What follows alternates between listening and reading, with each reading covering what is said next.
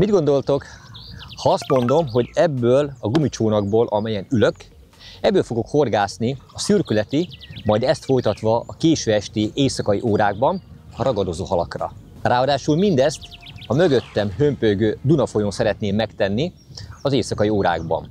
Ha ezt a néhány gondolatot ízlelgeti az ember, akkor valószínűleg elsőként nektek is az jut az eszetekbe, amikor még nem voltam tisztában ennek a horgászatnak körülményeivel, hogy ez a fazon ez megőrült, vagy az életét szándékosan kockáztatni akarja.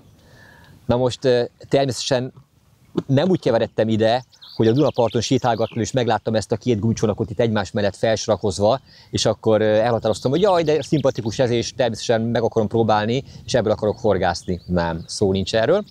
Az elmúlt évben ismerkedtem meg ennek a gumicsónakos, főként halcsapergető horgászatnak az egyik nagymesterével, Cseperényi Tamással, akinek a filmeit nézve, szájtátva, csodálkozva vettem tudomásul, hogy ez baromi jól működik, és nem hétköznapi élményeket apostrofálva hatalmas harcsákat fognak. Amikor elkezdtünk kommunikálni egymással, akkor természetesen előbb-utóbb az volt a kérdés, hogy mikor fogunk közösen horgászni. És végre eljött ennek is a napja, bár a horgászat az már tegnap elkezdődött, nevezzük egy ilyen 0. nappal, amikor barátjával, Diós Lacival közösen, aki ennek a csónaknak a tulajdonosa, szálltunk vízre, és jártuk be a környező Dunaszakaszt. Már majdnem teljesen bestétedett, 21 óra 35 perc volt, amikor vízre szálltunk, és megkezdődött az első pergető gumicsónakos kalandom az élő Dunán.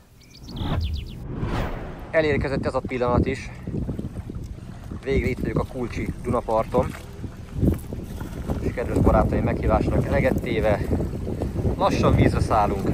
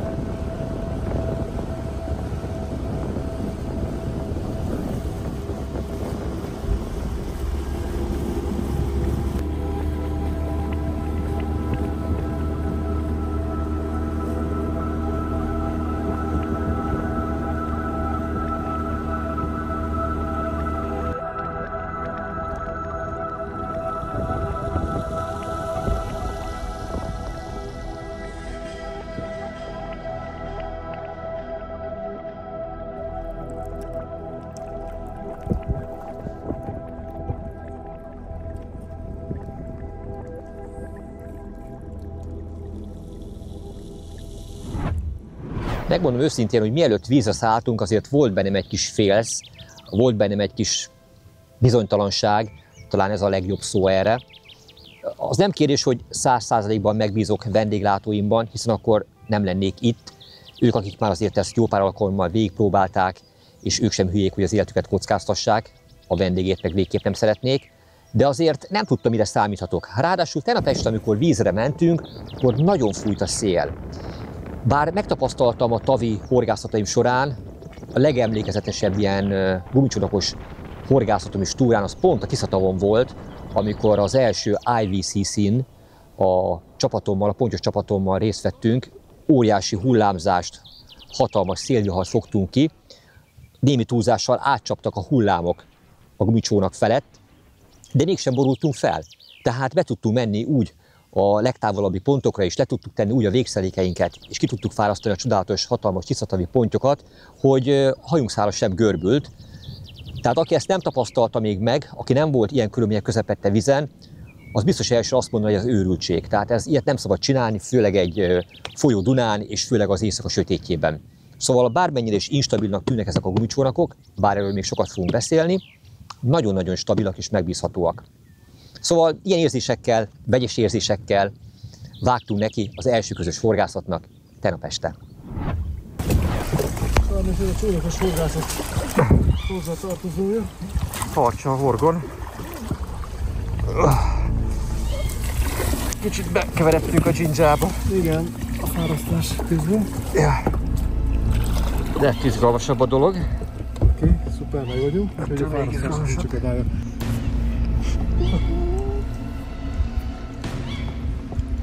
De jó rá kaffantok.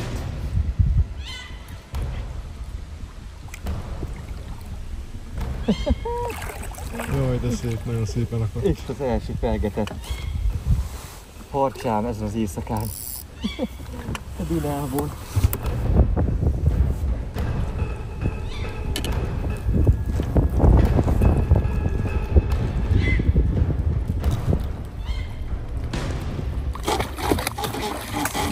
Egyébként. Majdnem sikerült. Hol kezdjünk egyébként, csak eltettem be. Hát én is, sajnos ezt már szétrágták a... Szétrágták a harcsát? Igen, már szétrágták.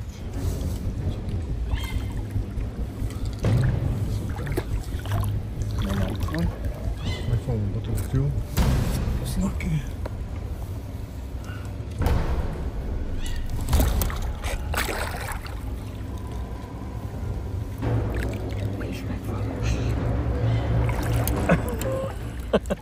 Ez az Gábor, nagyon ügyes vagy.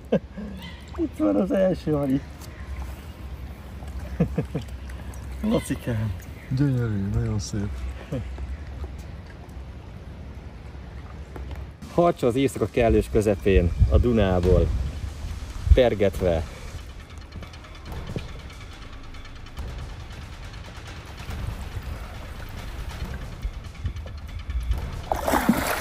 Hát gyorsan elúszott. Köszönöm. Nagyon ügyes vagy, köszönöm szépen.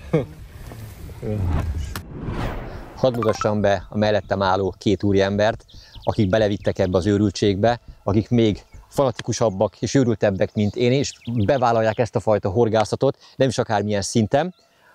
A kék pólóban látható úriember Csepelényi Tamás, még a fehér pólóban Diós László, ők nagy barátok, és nyugodtan mondhatom, hogy ennek a szakasznak a mester horgászai ebben a módszerben.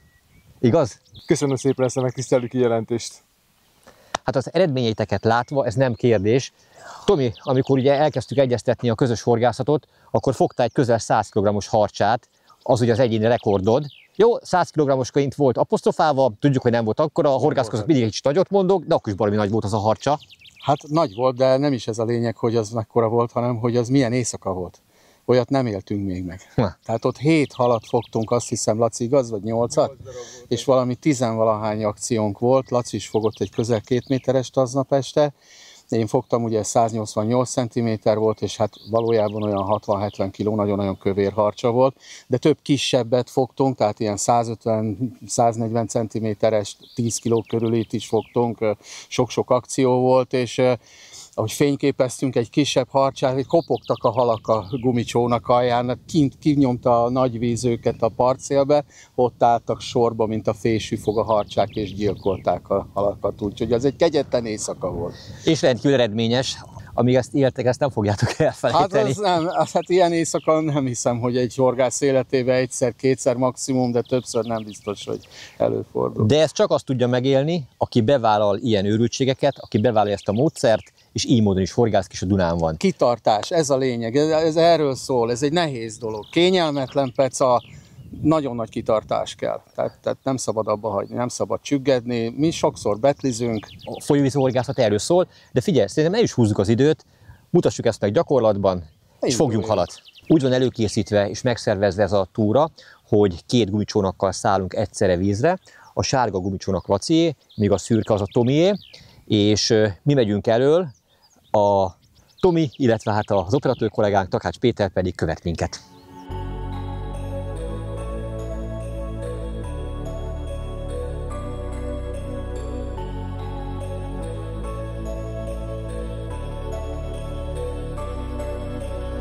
Amikor vízre szálltunk, az előző naptól eltérően tökéletes időjárás fogadott minket. Szinte tükörsima volt a víz, ideálisak voltak a körülmények a hajózáshoz. Laci és Tomi gyakorlott dunai horgászok, nem félnek a víztől, nem félnek a Dunától. A 10 lóerős motorok könnyedén tolták a pillekönnyű gumicsónakokat, meglepően gyorsan haladtunk.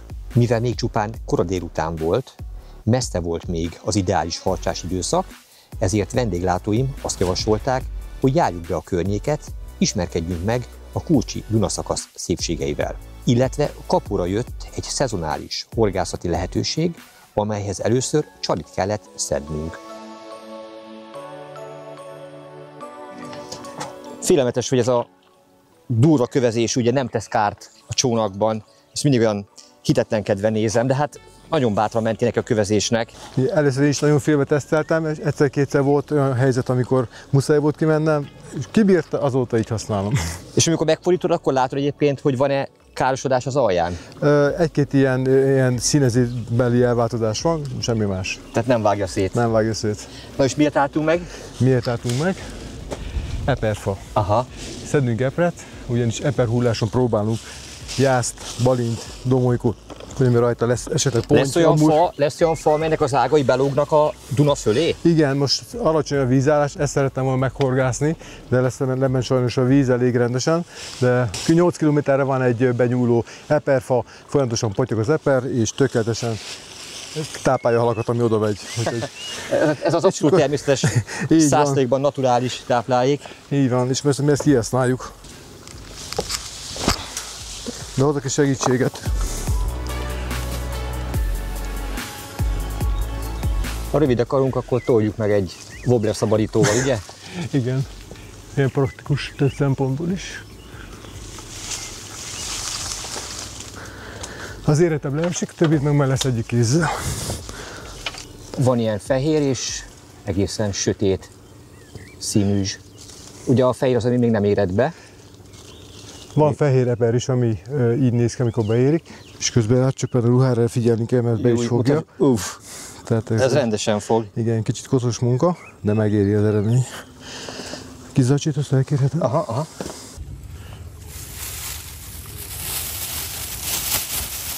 Kezdésnek ennyi szerintem elegendő lesz. A zsákmány leszületelve. Ha ez most víz alatt lenne, hát akkor itt mennyi hal lenne? Kánoán. Tavaly szerencsésen bele tudtam nyúlni, nagyon sok halat fogtam róla. Egy-két akkorát, hogy sok közön nem volt. Egyszer csak elvitt az egész zsinót a dobomról. Úgy. Ezt hozzáteszem, nagyon vékony szereléssel horgászom, de mire elengedtem magam kikötött horgászmódszer után, nem volt esélyem. Koszos lettem? Nem, tökéletes, ügyes vagy. Szuper.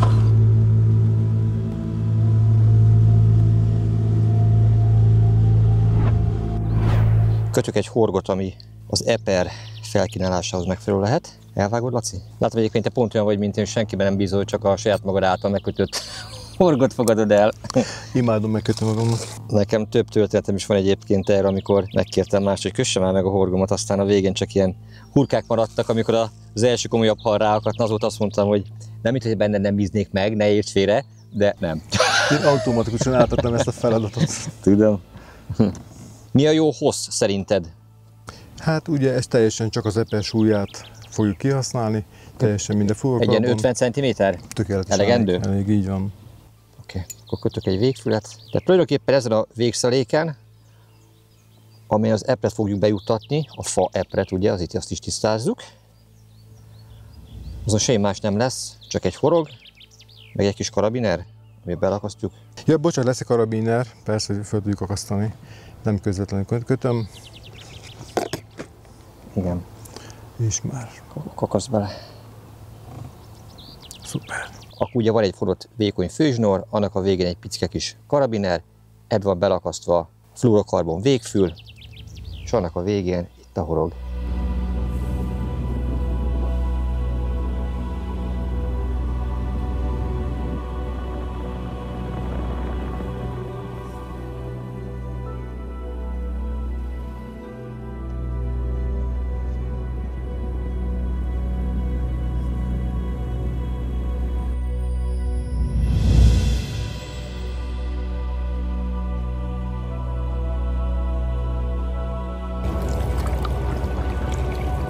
Csendben, óvatosan megpróbáljuk megközelíteni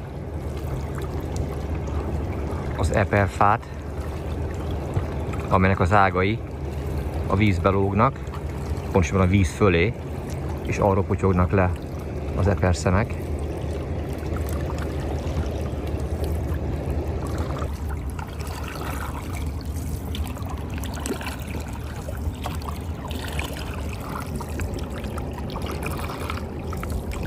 Ettől csendesebben ezt nehéz megközelíteni. Semmilyen motorzaj nincs, semmilyen kopogás.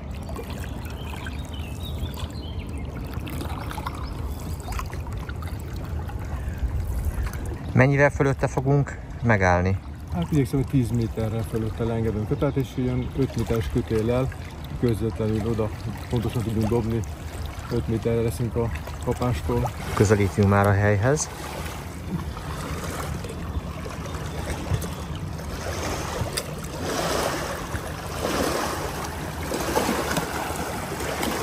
Itt valami fánk. Megérkeztünk az eperfához. Ennek az ágai még ennél a kis vízállásnál is pont a víz fölé lógnak, tehát az arról lepotyogó eperszemek, azok a vízbe hullanak. Jól látható, hogy az érett szemek azok már feketék, az éretlenek azok fehérek, de sajnos pont itt volt egy csónak, mielőtt megérkeztünk volna, és annak a hullámkeltése vagy a part közeli elvonulása nem kedvezett annak, hogy egyből tudjunk rajta horgászni, várunk el egy pár percet, és Laci mondta, hogy le kell tesztelni egyáltalán, itt vannak-e halak, nagyon egyszerű módja van neki. Mit csinálunk? Akkor pár szemet bedobunk a vízbe, és megnézzük, hogy van-e rá mozgás. Próbáljuk ilyenkor az érettebb szemeket bedobálni, keményebb szemeket, hogy jobban maradjon a horgon, azt használjuk majd tűzni. Ha van itt hal, akkor egyértelműen jelz a fordulásával, nem? Így van, azonnal mivel több hal is itt van, egymás előtt próbálják elkapkodni, tehát nagyon mohó, intenzív lesz majd a kapás. De az kell, hogy itt is legyenek a halak. Így van. Sajnos ez a csónak az keresztbe húzta számításunkat, ezért egy picit várnunk kell. Tényleg nagyon közel vagyunk a fához, viszont ha itt van a hal, akkor nem zavarja, mert nem keltünk olyan idegen zajt, ami elriasztaná őket. Mi lenne, rápróbálnánk, Laci? Adom is. Nézzük keményebb szemet.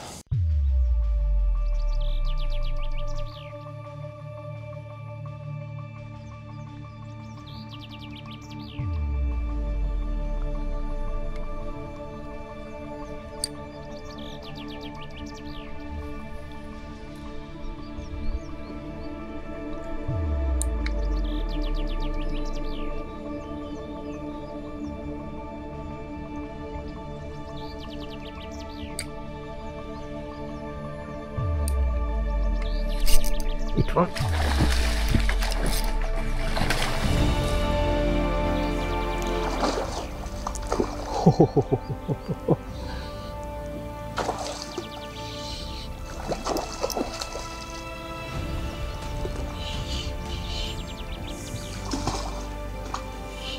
Ez fölvette rendesen.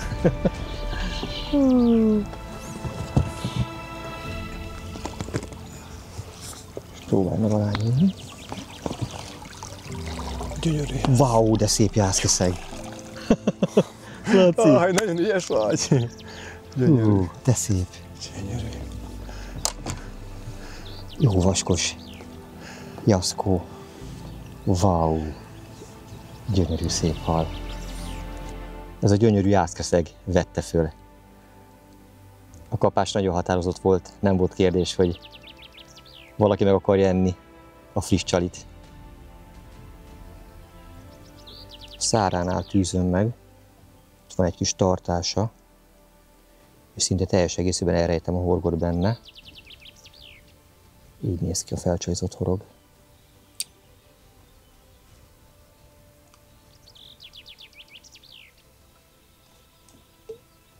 Közben egy potyog mellettünk az eper a fáról. Fontos a folyamatos kontaktus, mert különben hajlamos egyébként a kövek közé beszorulni, és ott észrevétlen módon eltűnni. És miközben feszesen tartom a zsinort, a felkapókhaj, mint látható, nyitva van, így folyamatos mozgásban van, sodródik az eper. Aztán, ha nincs kapás, a jó zónából elment, akkor újra dobok. Csali még hibátlan. Az pont úgy esett le, mint a fáról jött volna.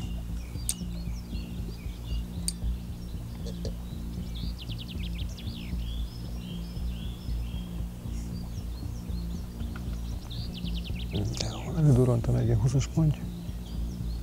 Simán benne van. Persze, hogyne. Ezek a nagy cupnás, amiket láttad. Igen, igen.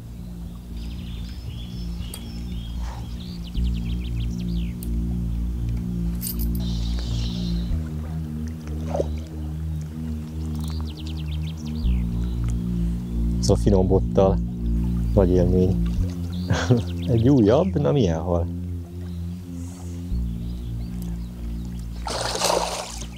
Balin szerintem. Még nem láttam. Domolykó. Domolykó? Első ránézésre. Ő az. Jól látom, domolykó. Igen, domolykó. Kis susos teste. Ó, de szép, ez is egy gyönyörű szép hal. Mindezek a csodálatos folyóvízi halaink. Őshonos. Szép halak. Na. Wow! Ügyes vagy. Te vagy az ügyes, nagyon szép. Ja. Ennek a halnak nem kell megvizsgálni a béltartalmát. Folyik ki belőle az eper. Bezavált rendesen. Ez is egy nagyon szép formás hal. Idomult a testformája a folyóvízi léthez. Olyan, mint egy kisamúr, de domolykó. De ő egy ragadozó hal, de imádja a fántermő epret is, amikor a vízbe hullik.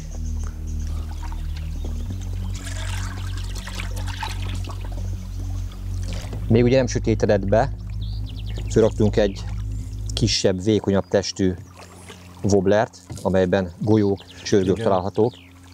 Milyen halat szoktál ezekkel a wobblerekkel fogni? Hát így közvetlen naplement előtt domolykó, jász, balint szélében az megtalálható, egy-két éhesebb süllő is, és ahogy a horizontálán bújik a nap, akkor már a süllők jönnek igazából. Aha. De akkor majd csalit is váltunk színben. Nagyon közel vagyunk a parthoz, ez nem lehet zavaró ebben az időszakban? Ha óvatosan lopakodunk, akkor nem. Mondjuk ugye a gumicsónaknak pont az a lényege, hogy ez... Van, ez a lopakodós cserkelős peca. Joggal merülhet fel az emberekben, hogy ha neki koppanunk a gumicsónakkal a kövezésnek, vagy egy-egy kiálló akadónak, vagy elsüllyedt fának, akkor nem kell attól félni, hogy kiszúrja. Nem jártál még úgy? Soha nem jártam még úgy. Még volt, amikor rendesen lendülettel neki csapódtam, főleg amikor elment mellettem egy szállodahajó, óriási hullámokat keltve felrakott a kő tetejére. Szó szerint felrakott a kő tetejére? Hát igen, ki kellett szállnom, és le kellett róla tolnom a hajót, vagy a kis csónakot. És mindezt megúszta a gumicsónak úgy, hogy nem sérült meg? Abszolút sérülésmentesen, igen. Sokan tartanak a gumicsónaktól. De ez mégsem kelt akkora zajt, vagy nem annyira idegen? Igen, ez egy kis sima csobogással így meg tudom úszni. Az is van, amikor egyáltalán nem nyúlok evezőhöz, ahogy vissza a víz, úgy forgolódom, gumi puhan, neki ütközik a kőnek, picit ellök tőle, és akkor folytatom a pecát. Mi volt a legkritikusabb helyzet, amit megéltél már a gumicsónakos horgászat közben? Estél már ki belőle? A gumicsónak még soha nem estem ki. A legnagyobb gond a gumicsónak a szél. A szelet az kevésbé bírja, nagyon gyorsan belekap a szél, kitol, evezni kell, kicsi merülése. Honnan jött az ötlet, hogy egyáltalán gumicsónakból pergessetek? Meg is van, meg is van. Egy kis balint. Kis balint. Óvatosan. Egy kis balint kapta be a... Hány centiméteres ez a wobbler? Ez 7-es. Hát körülbelül van 17 cm hosszúságú a balin, és gond nélkül bekapta a 7 cm hosszúságú wobblert. Igen. Tomi, honnan jött az ötlet, hogy gumicsónakból horgászhatok, és ilyen extrém körülmények közepette és próbára tegyétek magatokat? Hát mert eredményesebb, mint egy sima, egyszerű csónakos, pardobálós peca. Ugye gumicsónak, csendes, nem kopog rajta a hullám, már pedig nem általában hullámverésbe, szélviharba, esőbe, sárba horgászunk, úgyhogy olyan még nem nagyon fordult elő, hogy minden ideális legyen, amikor én kimegyek horgászni. Egy szó mint 100 eredményesebb, mint egy sima partdobálós peca. Ez nem titok, hogy a melletted ülő Diós Laci barátom a mester, tőle lestem el. Tehát tulajdonképpen Laci már 8-10 éve csinálja ezt a horgászmódszert, nagyon-nagyon eredményesen, és nekem ott a helyem, ahol az eredmény. Mit sikerült fogni? Balin?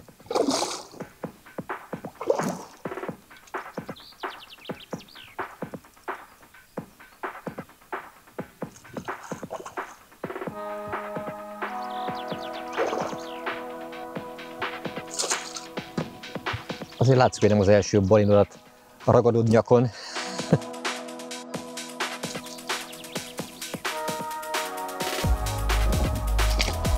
Gratulálok!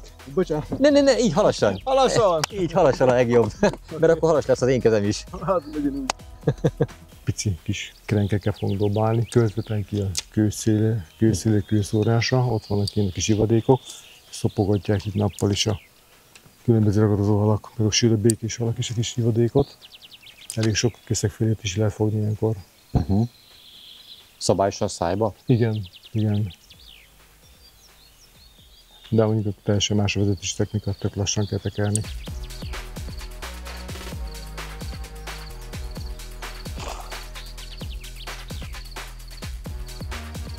Ez egy szép domolykó.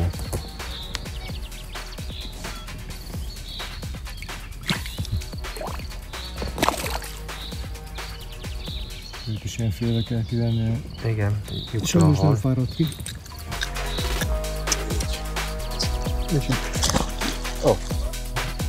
Ahogy a nap lebukott a látómezőn, új időszámítás kezdődött.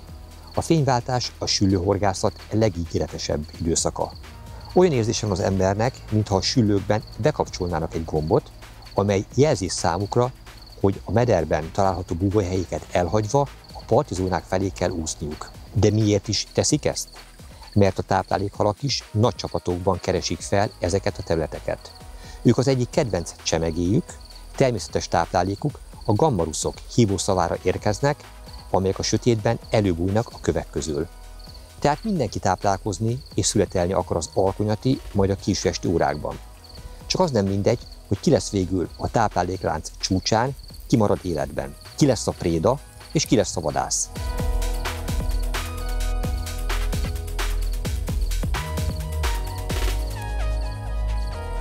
Új, nagyobb műcsalig kerültek a kapcsokba, és a parttal párhuzamosan, a kövezés előtt lassan vezettük a wobblereket.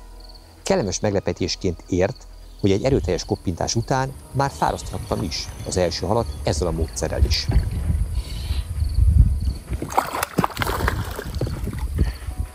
Itt az első süllő.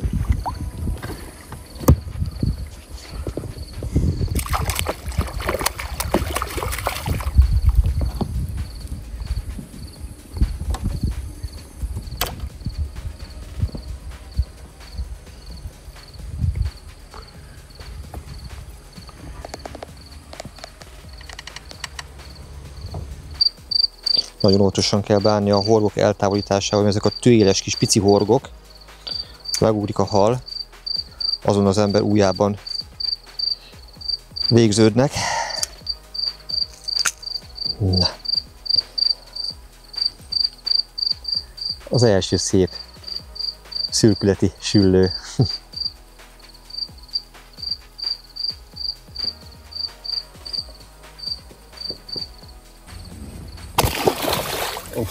Ez gyorsan elment. Laci, köszönöm a Halas kézzel. Ügyes vagy. lehetőséget. Igen, halas kézzel csaptunk össze. És egyébként is fél távon kaptál olyan 10 méterre maximum a csónaktól. De egyértelmű volt a kapás, tehát...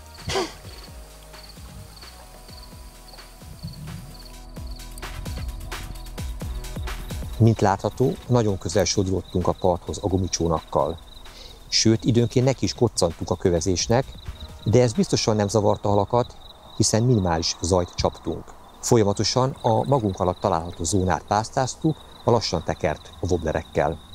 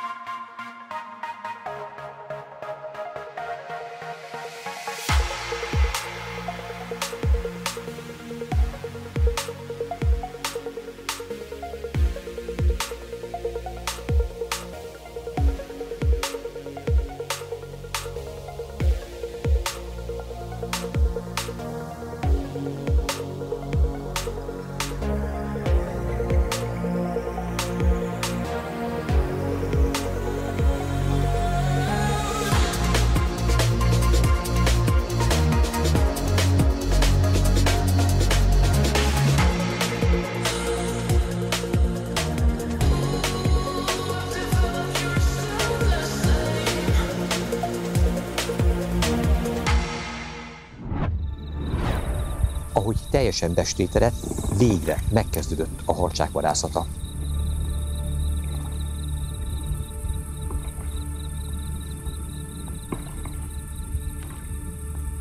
A piros fény nem vonzza a bogarakat. Bármilyen fényt kapcsolunk föl, azonnal hemzsönek a bogarak, meg is mutatom. Ha felkapcsolom a normál fényt, ezt a sárga fényt, azonnal megtámadnak a bogarak. Tel lesz a szánk, a szemünk vele. Már itt vakarózunk. De hogyha lekapcsolom ezt az erőteljes világos fényt, és helyébe felkapcsolom a pirosat, akkor megszűnik a bogarak támadása.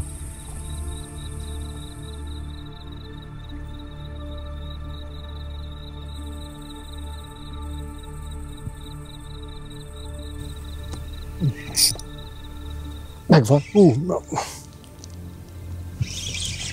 Gyors kiveszem. Ez harcsa lesz a 100%. Rácuppantott rendesen. Próbál segíteni, közelben leszek. Ezek a nagy bólogatások. Tipikus harcsa. Aha.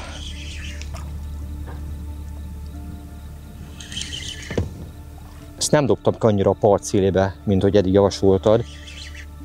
És érdekes módon ott kaffantotta le. Itt a harcsa. Itt a jószág. Ó, de szép. De jól akart nézd. Nagyon. Ez a nyugodtnak tűnik. Hát ívás után közvetlenül látszik még a harapásnyomok, ilyenkor ki vannak még merülve, ilyenkor lassú csalit szeretik Igen. elkapni. Ugye pontosan látszik, hogy ez szerintem pár napja rakhatta az ikráját. Gondolod? Igen. De hát akkor elvégezte. Enervált picit.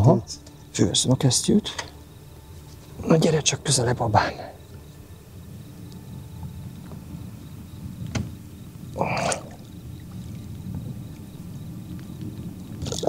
Aha. Megfogja magadat? Megoldom.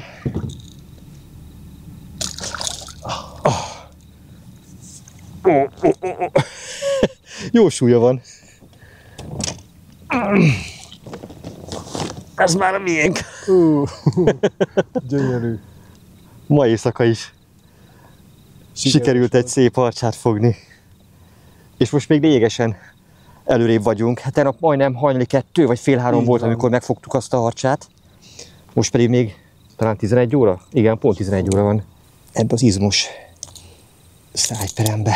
A csoda wobblered a második harcsához segít hozzá. Nagyon boldog és büszke vagyok, és köszönöm a segítséget, hogy ilyen élményekhez hozzásegítetek. Fantasztikus élmény egyébként az éjszaka kellős közepén, gumicsónakban, innen pergetve egy ilyen szép neves ragadozót megfogni.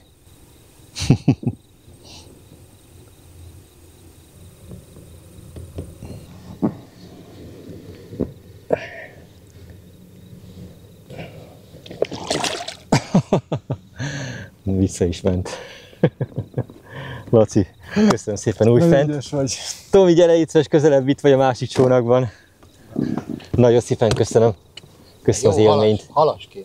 Neked is halas lett a kezed. Kinek hogy?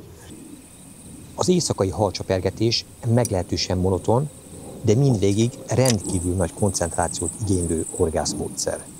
Itt csak a kamera kedvéért kapcsoltuk fel a fejlámpákat, de többnyire világítás nélkül mesztelenül dobáltunk a part szélébe. A figyelem azonban egy pillanatra sem lankadhatott, mert bármelyik dobásban benne lehetett életünk hala. A vezetésnek az üteméről mesél már, légy szíves, hogy neked mi vált be a legjobban? Én nagyon lassú vezetést szeretem. Most gyorsan tűnik, de van egy sodrásunk, amiatt kénytelen vagyok ilyen gyorsan tekerni, de valójában a csalim nagyon-nagyon lassan mozog. A harcsa sötétben, azt gondolom, hogy csak a lassú csalit szereti, ami attraktívan mozog. Mutatok például egy icipici felszínközelű kis csalika, ezt kb. 50 cm-ig tudom lehúzni. Becsobbanástól számít 1-2 másodpercen belül megmozdítom, nagyon lassan próbálom húzni, és a megfelelő mélységbe botom órának a tartásával próbál még szabályozni. Az ember időnként hajlamos belefeledkezni abba, hogy Magyarország a legnagyobb folyóján, a Dunán horgászik. Azért, mert a sötétség elfedi a veszélyeket, ezek bizony még jelen vannak. Elég, ha csak arra gondolok, hogy mennyire kicsik és védtelenek vagyunk egy utasszállító hajóhoz képest. Tehát soha, de soha nem szabad belefeledkezni úgy a horgászatba, hogy közben nem figyelünk egyszerre előre, hátra és oldalirányba is.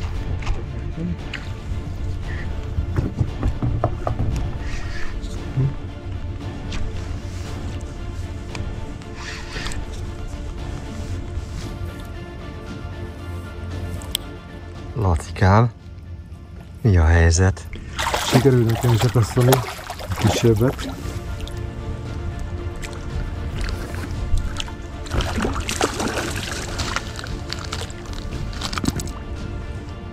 Kis aktív.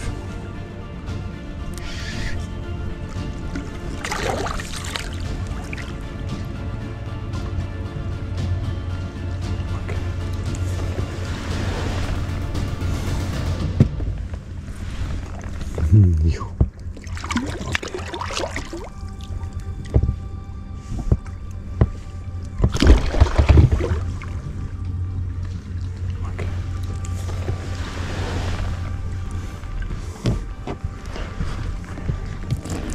Pillanatban mindenki a felkapókart.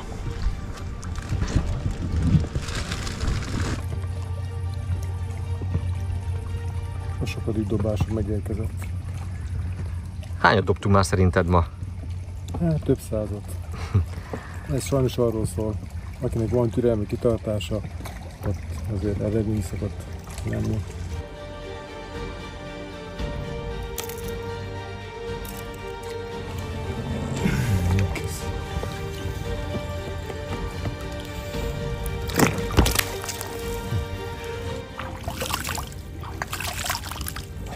Ne nagyon most le a kezedet, mert úgy látom, hogy bejön egyébként, hogy halas kézzel csapjuk össze a kezünket. Igen. Ez lesz a kabalánk. Így van.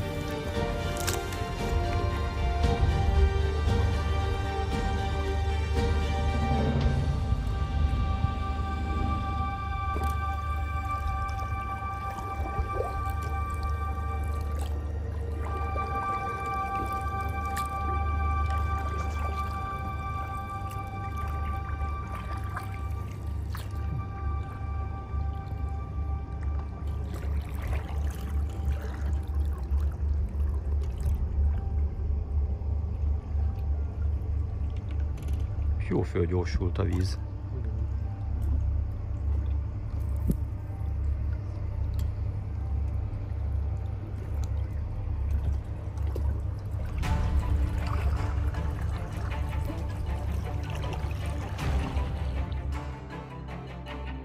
Mire visszatértünk a kikötőbe, már jócskán világos volt.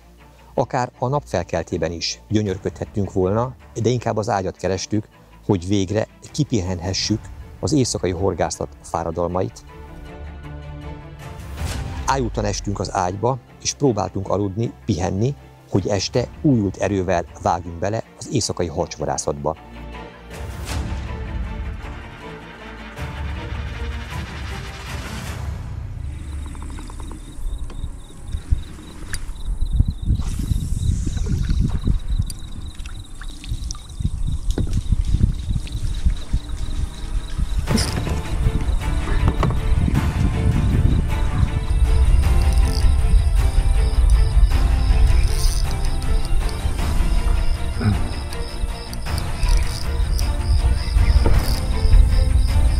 Sülő vagy nagybani lehet?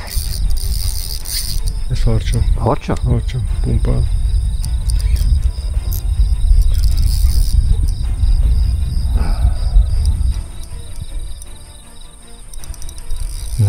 Erős hal ez.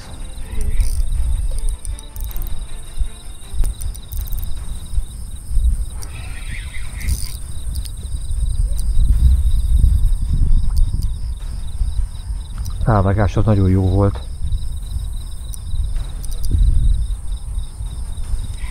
Nem lehetett elhibázni.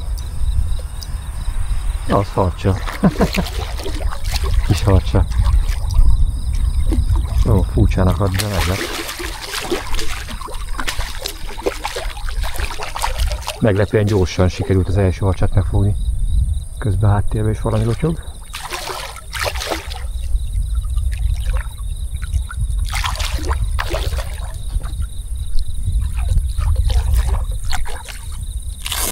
Kesztyű itt van a zsebembe.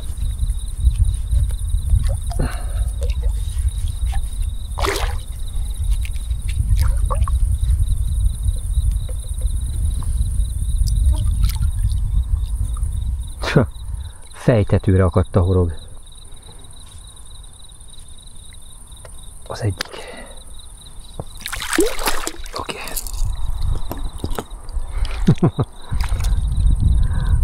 Az este első harcsája.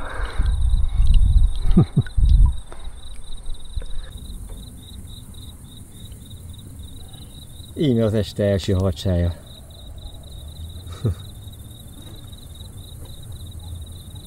Azért nagyon sikeresek vagyunk, minden este tudtunk fogni egy-egy harcsát, sőt az előző este 2-t, és most azért még nagyon az este, az éjszak előttünk van, gyorsan jött ez a harcsa.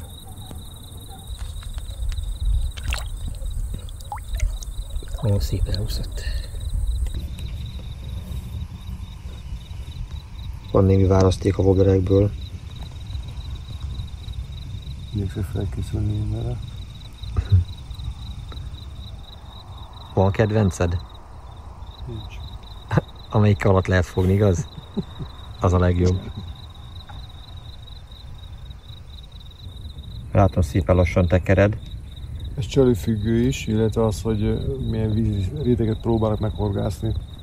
De én mindig lassan tekerem, tehát igyekszem azt, hogy amikor wobbler mozgásba indul, azt a pontot elcsípve próbálom azt tartani, se nem gyorsabban, se nem lassabban. Ugye a wobblerek nyelve, illetve a terülapátjai pontosan mutatják, hogy mire számíthatunk egy wobbler mozgásában, mint például itt ez a Barramundi is, egy híres Barramundi. Ez például egy nagyon buta kis csali, ezt a kalimpál a vízbe és imádja a harcsa. Gondoljatok bele, az éjszaka kellős közepén, amikor minden normális ember a másik oldalára fordul, akkor mi itt a Duna hátán szépen lassan csorgunk, keressük, vadásszuk a harcsákat, és közben úgy horgászunk, úgy dobálunk, hogy tulajdonképpen némi túlzással vakon, úgy érzésre. Ha felkapcsoljuk a lámpát, akkor persze látjuk a part oldalát, de abban a pillanatban esélyünk sincs arra, hogy megtaláljuk a halakat, pontosabban elriasszuk őket. Mert ők előbb észrevesznek minket, mint mi őket. Tehát ebben a korom sötétben kell hajszálpontosan a partszél úgy kidobni a műcsalinkat, hogy az a lehető legjobb pozícióban legyen, és esélyünk legyen arra, hogy végül a halakat megfogjuk. De az a szerencse egyébként, hogy egy idő után az emberek a szemben hozzászokik, és tényleg úgy érzésre is oda tudjuk dobni, ha kell. Persze előfordul időnként, hogy kidobjuk a partszéli fákra, gajakra, bokrokra, felakad a műcsali, vagy akár a kövek közé. Hát oda menjünk, aztán kiszabadítjuk. Izgalmas és érdekes horgászat ez az éjszakai harcsvadászat.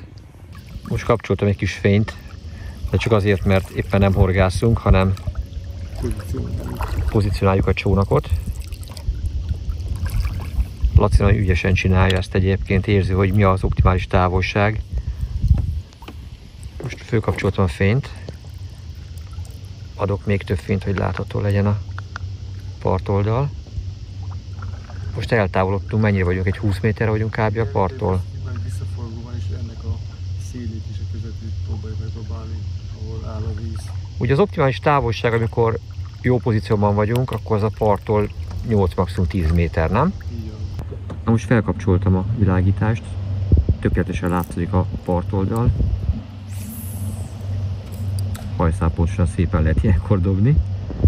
Ez tök jó mutat a kamerának, de a halfogás esélye az a nullára csökken, mert így megvilágítva a partoldalt, bármilyen színű fénnyel nagyon óvatosakká és inaktívakká válnak, hogyha a partoldal meg van világítva. Tehát ezért teljesen sötétben, világítás nélkül kell a lehető legnagyobb csendben lopakodni, és ezt a módszert művelni. Ez az igazi vadászat, ez az igazi horgászat. Nagyon tetszik, nagyon csípem.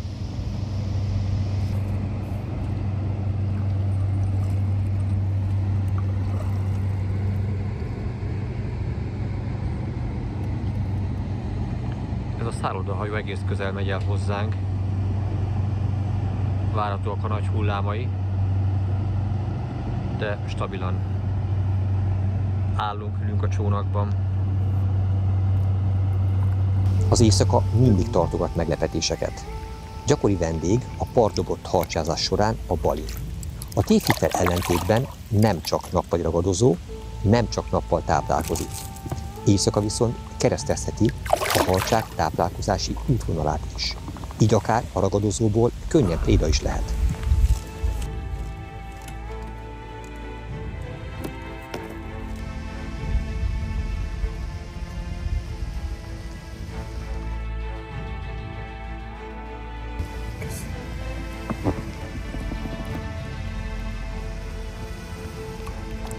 Aki kételkedik a víz erejében, annak veszélyeiben, annak javaslom, hogy jól nézze meg ezeket a felvételeket.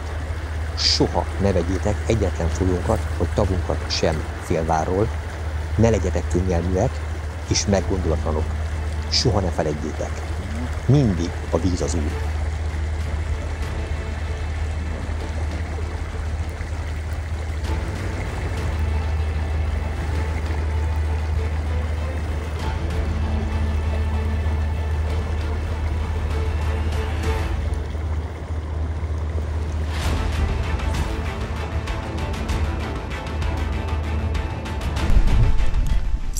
De jó csor egyébként, jó vezetése.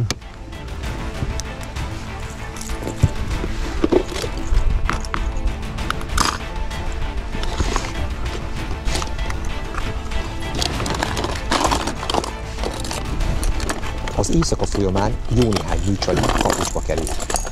Új csali, új remény, új lendület.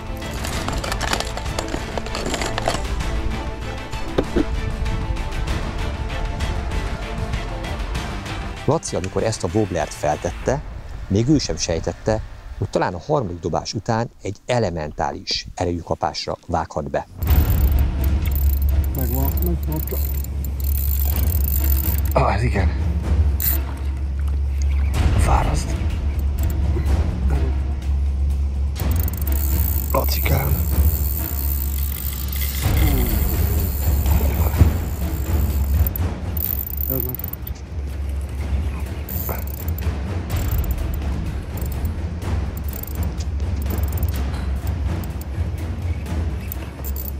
Ez már nem a kicsik közül való. Ez nem. Végre. Majdnem hajnali 3 óra van. Kitartó munka. Igen, a nagyon sokadik dobás és a kitartó munka eredménye. Mekkorákat bólogat a botod. Kőkemény.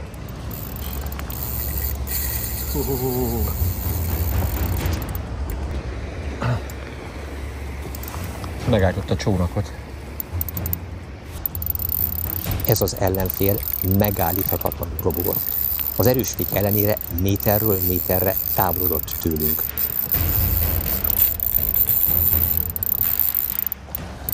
Húz visszafelé minket. Igen, hát hogy Gábor át kell adnom a botot, motor muszáj letennem, mert ez csak kéri a zsinort. Oké. Pillanat, vagy ide. Már is adom, muszáj is.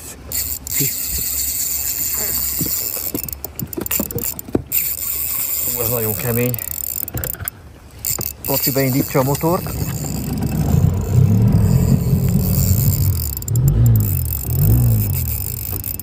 Megy a Duna közepe felé a hal.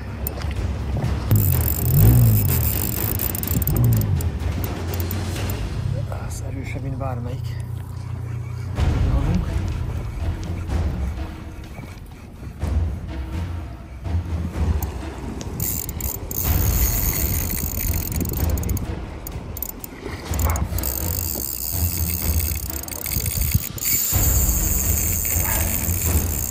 Ez nagyon masszív, jószág. Masszív, ez egy 50-es, így.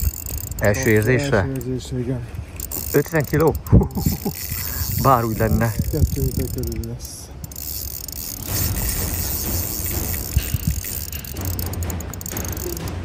Jó, hát neked már komoly gyakorlatod van ebben, fogtál már itt ezzel a módszer jóliány nagy testű halat, úgyhogy az előbb már itt volt a csónak alatt.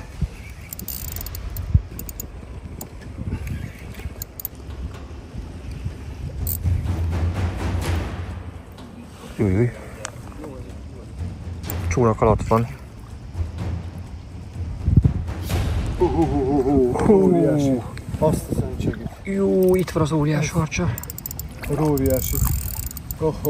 Ez 2 méter. Kellene kesztyű. Csináljuk. Itt van. Gábor, az előző kérdésre válaszolva, ez a kedvenc csali. Mindig az a kedvenc csali, ami a legnagyobb és legtöbb halat adja. Éreztük, hogy benne van az estében még egy nagy hal legalább. Igen, bíztál benne. Nagyon korán jött az én kis harcsám, nagyon biztató volt. És utána beszéltük, hogy itt előbb-utóbb jönni kell egy nagyobbnak is. És itt van.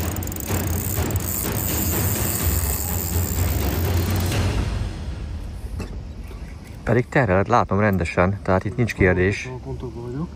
Igen.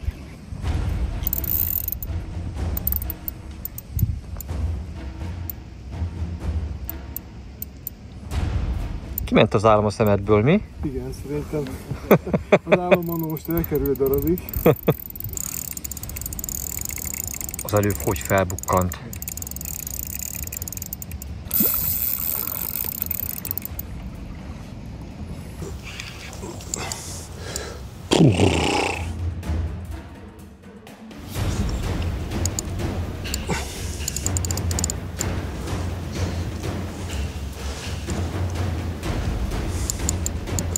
Mit satszoltál? 50 kiló? 50, igen. Ez 50 minimum. pluszos, igen.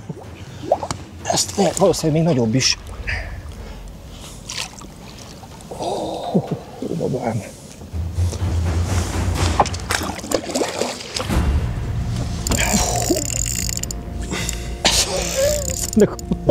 Az állkapcsát megfogni, az kétkezes Ez lesz. kétkezes lesz, igen. Húj. Igazi monsterket.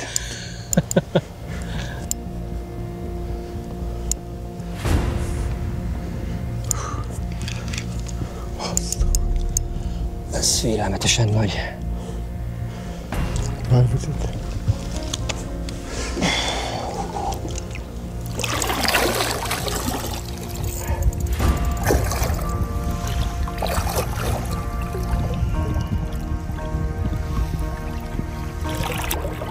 Arra kell vigyázni, hogy a gumicsomagok belakadjon a torok. Nézd, tud.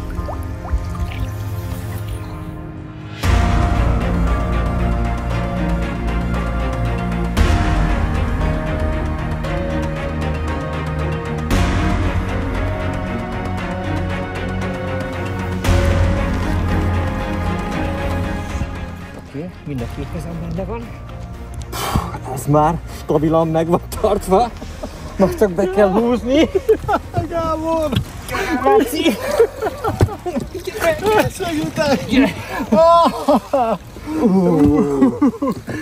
Itt van. Itt van. Elég küzdöttünk. És a csónakot. Ez bőven 2 méter. Igen. Fölött van.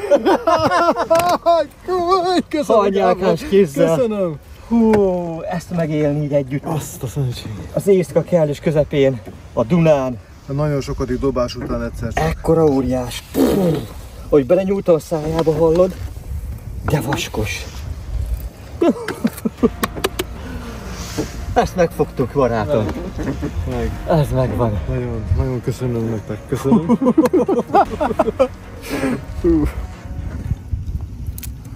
Csak ugye látszik, hogy mennyire erős a bőre. Egy kicsit a Wobbler is sérült lett a Igen, sajnos. terelőnyerve.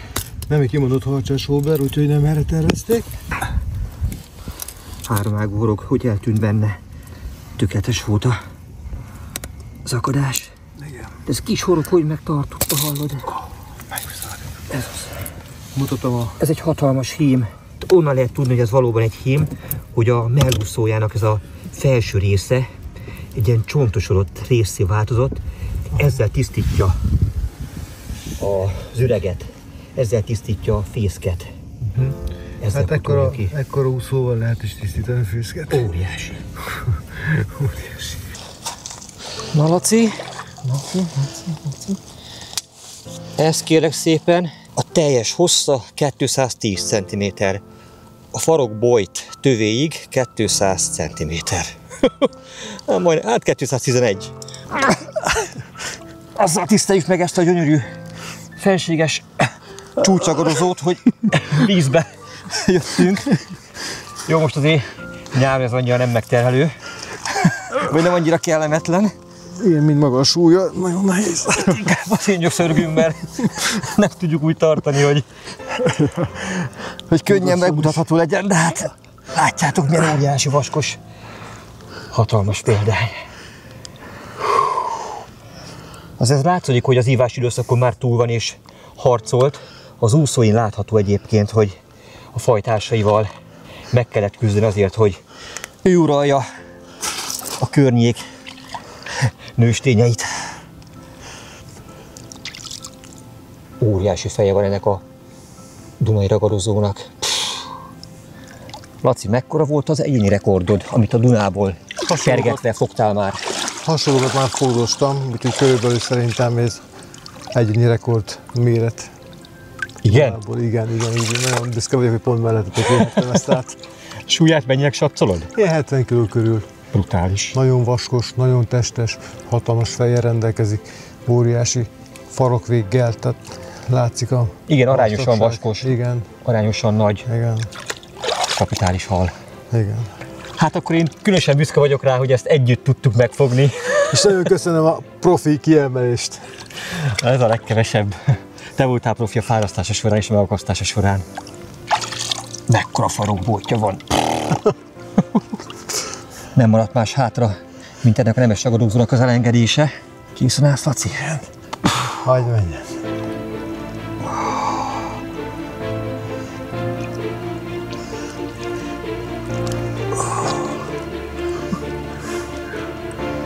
Sodrás kapaszkodik bele, meg mi is. Szépen kicsúszott a kezünk, közel úszott. Nagyon szépen köszönöm. A szívből gratulálok. Köszönöm. Nagyon büszke vagyok rá tényleg, hogy ezt közösen együtt csinálhattuk végig. Nagyon köszönöm a rendkívül sok hasznos praktikát, rendkívül sok hasznos információt. Én köszönöm a türelmeteket. Szenzációs volt.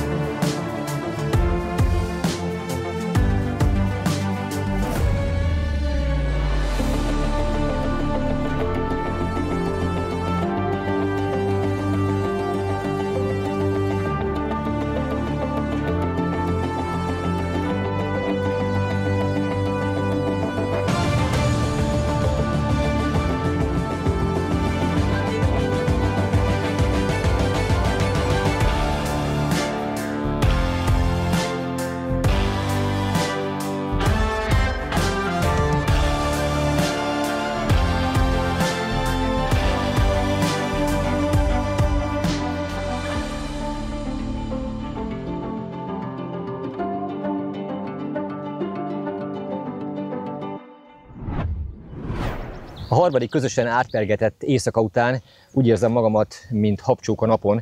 Kezdek kicsit megrogyni, de szerintem te is, Laci, ezt érzed. Hány oroszlát aludtál most éjszaka? Hát 2 is felett. Hát elég az. Ebben a korban már, akitől sokat alszik, keveset él. Ennek is örülni kell, egy kis alvásra. Ennyi. Hát ugye 3 óra környéken akasztottuk meg azt a nagy harcsát, amit az éjszaka folyamán sikerült megfogni. De milyen érdekes egyébként, emlékszem, akkor megfogtam a kisebb harcsát, akkor mit mondtam, hogy érzem, hogy lesz még egy nagyobb harcsa. És ezt mondtam, hogy ugyanezt érzem, tehát pozitív hozzáállással be is vonzott. Igen, a két pozitív energia összeadódott, és ennek meg is lett az eredménye. Igen. Jó, hát erre azért kellett várni majdnem hajnali 3 óráig, amikor azt gondoltam, hogy na itt az utolsó etap, amikor most már be kell fejezni, és akkor durrantott el a nagy harcsa a wobbleredet, elképesztő. Ezt egyébként ízlelgessük még egy kicsit, tehát gondoljatok bele, a Duna folyón, az éjszaka kellős közepén, gumicsónakból, mindenféle technikai segédeszköz nélkül, keresőhorgászattal, cserkelőhorgászattal sikerül megakasztani egy akkora harcsát, amelyre szerintem a horgászok 99%-a vágyik, és álomhalként tekint rá. És ez nekünk, pontosabban neked, a Dunai Pergetés nagymesterének megaratott, és baromi ügyesen, nagyon kitartóan kifárasztotta azt az óriási harcsát. Már akkor is gratuláltam, vagy 8-szor, de most is engedd meg újfent, hogy gratuláljak. Nagyon szépen köszönöm, és a segítséget is, mert azért részt vettek keményen, mikor a motorot le kell tenni, utána menni a halnak, te nagyon szépen fogtad a botot, és tartottad nekem, és utána fájó szíved átadtad, és visszavettem. Köszönöm.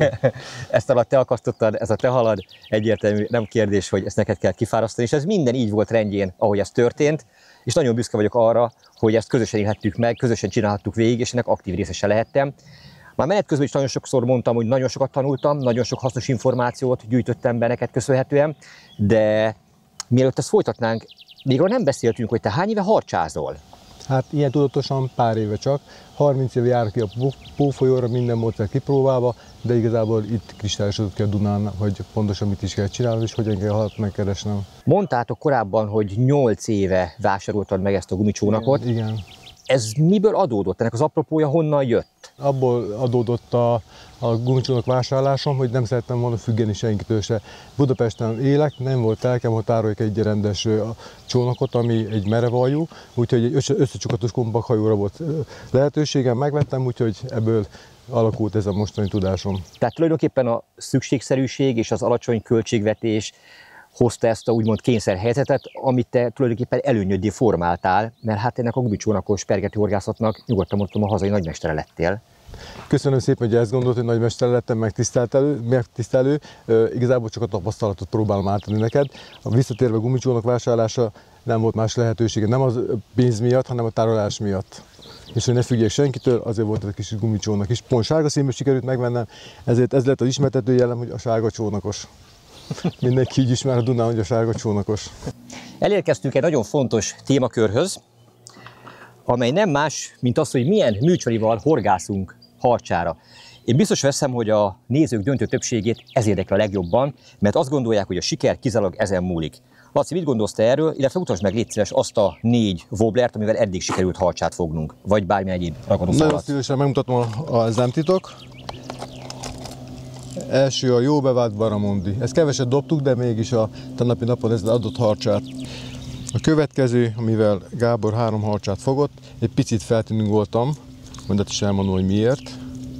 Ez egy kis báramadzagszerűséggel, egy vízhatlan kis, egy plusz ilyen pamacs. Hát pamacskának mondható kis extra ilyen ellenállást kelt ez a kis pamacska, nem verhet úgy a csali. Én azt gondolom, hogy ívás után egy kimerült harcsa nem feltétlenül egy erősen verető, egészséges csalinak a mozgására kíváncsi, illetve hogy levadászom egy ilyen erőteljes halat imitáló csalit. Tehát ezzel tompítom a mozgását. Illetve a mélységének tehát ez lemegy kb. 2 méterre. Igen, ennek hangja is van. Ez kotyog. A barramundi is kotyog? Ő is kotyog, teljesen más frekvencián. Hát ezek csörgős foggerek, műanyag csörgős foggerek eddig, ez a 2. Így van. Ennek mélyebb a hangja. Igen. Mutatok egy kis cukiságot. Sokan azt gondolják, hogy ilyen pici kis wobblerrel nem lehet harcsát fogni. Próbálom most kibogarászni az összes többi csalim közül. Tehát ez ő. Ilyen icipici csalival is tudok harcsát fogni. Hihetetlen, hogy abban a nagy szájban ez icipici csali hogy kerül bele. Hogy egy nagy harcsa egy ilyen icipici csali rászív. Miért támadja ezt szerinted? Én azt gondolom, hogy pont az óra előtt húzom, és reflexzerűen rácsap. Csörög ez is? Nem. Ez néma csali. Néma csali, igen. Milyen márkajelzés, ezt tudod? Ez egy kézzel gyártott csali, ez egy egyedi csali. Látom is, itt van rajta. A mérete mindössze 5 cm, ezt még fontos elmondanom, ezt igazából az ivadékok mostani megjelenésekor szoktam igazából használni, mert a nagy harcsák sokszor ivadékot szívnak be. Volt olyan, hogy kivettem a harcsát, és fárasztás után kiöklendezte a gyomortartalmat, és rengeteg pici ivadék hal volt a gyomortartalma, úgyhogy abból az apropóból kezdtem dobálni, és be is jött. Ez a tegnapi nap sztárja egy igen megviselt, olyan csali, amit szerintem senki nem tenne harcsázó horogra. Tehát látszik, hogy a tegnapi napon a horog az persze megsérült, terelőlapka letört, de bírta mégis a strapát. Szintén nagyon sok harcsát adott már ez a típusú csali. És természetesen ez is csörög. Ennek is ilyen mély hangja van. Igen, igen. Én szerettem valamiért az olyosó bőrget. Egy plusz. Szerintem egy plusz ingert. Tehát a 4 tuti wobbleredből 3 az csörgős wobbler. Így van. Ez egyértelmű. Tehát akkor nem véletlenül használod ezeket. Így van. És ugye őszintén nyíltan beszéltünk ezekről a műcsalikról, nem titkoltad is mutattad be. De mit gondolsz egyébként, hogyha most én ezt a műcsalit elkezdem itt dobálni, mekkora esélyem van harcsát fogni? Hát mindegy 5-ös lottó nyereménye körülbelül akkor eséllyel. Elmondom miért. Mindenki azt mondja, hogy igen, megveszem a boltba azt az adott javasolt csalit, és elkezdem húzni. De ennek van egy technikája, ennek van egy módszere, ezt tudni kell, hova dobom, és milyen lendülettel, milyen sebességgel húzom be, néha megállítom, belepöckölök, vagy hagyom felúszom, és sokszor ez az icipici kis plusz adja a kapást. Hát arról nem is beszélve, ugye, hogy oly módon közelítjük meg a helyet, amely során teljesen zajtalanul, lopakodva megyünk oda. Tehát ugye ez egy összetett módszer, és pont ezt taglaltuk, hogyha a siker faktort 100%-nak tekintjük, ami ugye egy 2 méteres harcsában teljesül, vagy testesedik ki, akkor abból hány százalék lehet a műcsali? Mit gondolsz, hány százalék a sikernek a része a műcsali esetében? Azt gondolom körülbelül 30%. Hisz minden csalival tudunk harcsát fogni, ami a dobozomban van, ezzel én már minden fogtam harcsát, de ugye valamiért vannak kedvenceim. Tehát azért, mert... De maximum 30%-ot teszel a csali arányának. Igen. Nyilván csali nélkül nem tudjuk megfogni, de hogyha az összes többi dolog hiányzik, igen, akkor ahogy mondtad, dobálhatjuk bárhol, halat nem fogunk vele. Így van, így van, így van. Nyugodtan mondhatom, hogy ez a dunai horgásztúra, ez több mint egy átlagos dunai horgászat, hiszen a vendéglátóim tényleg mindenre gondoltak. Eleve van hol éjszakánként aludnunk, bár nem túl sokat kell aludni, amely a hajókikötőben található, gyönyörűen felújított szálláshelyen történik, akkor onnan csupán pár száz méterre van a horgászat bázishelye, amely egy Diós Laci nyaralója, amely egy közvetlen vízparti nyaraló. Hát ugye ennek a kertnek a végében itt hömpölyög a Duna. Ettől szebb helyet el sem tudnék képzelni nyaralónak, na ide szívesen elköltöznék én is. És mindezek mellett egy olyan összetartó közösség van itt, annyi kedves horgász van, akik nyilvánvaló megoszták egymás tapasztalatait, őszintén, önzetlenül segítik egymást, és ezek az emberek most összegyűltek, és egy kakaspörkölttel ünnepeljük meg a találkozásunkat. A sok kedves horgász mellett megtisztelt minket a település polgármestere, Kulcs község polgármestere, Jobb Gyula úr is. Nagyon szépen köszönöm a tegeződésnek a lehetőségét, élni fogok vele. Hogy lehet az, hogy téged itt ezen a településen mindenki szeret? Ugyanis akivel beszélgettem, mindenki azt mondta, hogy a településünknek ilyen jó polgármestere még soha nem volt. Hány éve viszed ezt a nemes feladatot? 11.-12. éve vagyok polgármester, előtte alpolgármester voltam 4 évig az előző ciklusban, tehát gyakorlatilag 15-16 éve szolgálom a települést. Gratulálok ehhez. Nagyon szép szót mondtál, szolgálom a települést, tehát nyilván a település érdekeit képviseled, és ha jól tudom, azon ritka települések egyike vagytok, amelynek kicsinség ellenére mégis növekszik a lakosságának a száma. Ez igaz? Nagyon igaz. Az én ciklusom alatt már több mint 1000 fővel gyarapodtunk, majdnem 4000-en lakunk már ebbe a csodálatos faluba, de községben, ahogy mondtad, még nagy község is lehetnénk, mert gyakorlatilag a létszám ezt. De hát ha csak ránézek a Dunára, azért szeretnek idejönni, nagyon sokan megkérdezik, amikor jönnek vendégként vagy ismerősként, hogy nem tudnék itt egy telket nekik, mert ez olyan gyönyörű. Hát ezért is költöznek ide. Fantasztikus a földrajzi környezetünk, hát a Dunapartunk, én azt gondolom, hogy Pesttől lefelé párját ritkítja. Nyilván nem szeretnék egyik település elé sem, de én azt gondolom, nagyon szép, de biztosan láttátok a Dunáról felnézelés, ezek a gyönyörű házak, az emelkedő Dunapart, óriási, szenzációs. Imádok itt lenni, imádom a kulcsi embereket, mondtad, hogy szeretnek, hát én is szeretem a kulcsi embereket. Szeretem a horgászokat, és megtiszteltek. Köszönöm szépen, hogy vendégül láttak és meghívtatok. Hát ennél nagyobb megtiszteltetés nem kell, főleg úgy, hogy imádok horgászni is. És természetesen említetted a közösséget is, tehát a közösség egy horgászközösség is. Én azt mondom, előttem az utódom, ugye az én unokám is itt van, most velünk van. Miért van itt? Nem véletlen van itt. Azért, mert szeretne találkozni veletek, azért, mert óriási horgás, zseniálisan horgászik. Tehát itt azt mondom, hogy az idős emberektől kezdve, aki csak leül a partra, egész a fiatal gyerekek, akik végig mennek a parton, és dobálnak, és pergetnek, és imádnak halat fogni, és visszaengedik a halat. Tehát sportszerűen horgásznak. Tehát tényleg azt merem mondani, hogy Kulcs ilyen szempontból a horgászatra épül. Ha volna ilyen, hogy horgászbarát település, akkor Kulcs garantáltan megkaphatná ezt a megtisztelő címet. Mesélj nekem még arról egyébként, hogy mit tesztek a horgászat fejlesztéséért és a horgászok szívélyes fogadtatásáért, akik ide érkeznek. Köszönöm szépen a horgászbarát, ez egy fantasztikus kifejezés, nem hallottam, és nagyon tiszteletre méltó és hizelgő számomra. Amióta polgármester vagyok, és ne értsetek félre, nem azért, hogy kenegessem a saját hájamat, de igyekeztem kapcsolatot teremteni a befolyásomnak köszönhetően, hogy a Magyarországos Horgászszövetséggel megtaláljam a kapcsolatot. Hála Istennek megtaláltam. A Magyarországos Horgászszövetség alszövetségével, a HOFESZ-szel, a HOFESZ vezetőivel meg is találtuk. Nekik köszönhető, nagy mértékben köszönhető, egyébként versenyeket hoztak ide. Elsősorban pergető versenyeket hoztak ide, ami nagyon föllendítette nem csak a horgászatot, a horgászturizmust egyébként is. Újra visszaadták. Én annyira emlékszem arra, a 60-as években volt a Magyar Horgász című újságban, hogy Kulcs mennyire felkapott, és milyen jó horgász, egyszer így belém akadt, és kitűzött célom volt, hogy ezt valahogy fel kellene éleszteni. Én azt gondolom, hogy sikerült. Sikerült, jó úton járunk. Hát polgármester úr, nagyon jó ezeket hallani. Szívből gratulálok az elért eredményekhez, és további erőt, egészséget kívánok a tervek és a célok megvalósításához. Nektek meg jó horgászatot, gyertek majd vissza hozzánk. Garantáltan visszatérünk. Köszönöm szépen. Köszönöm.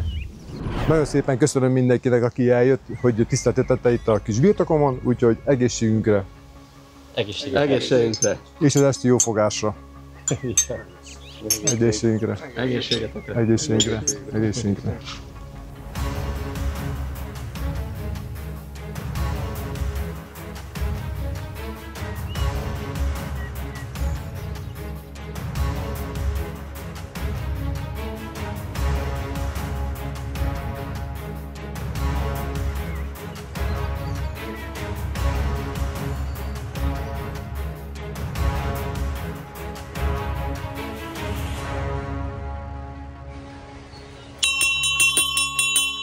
Támadás utolsó este.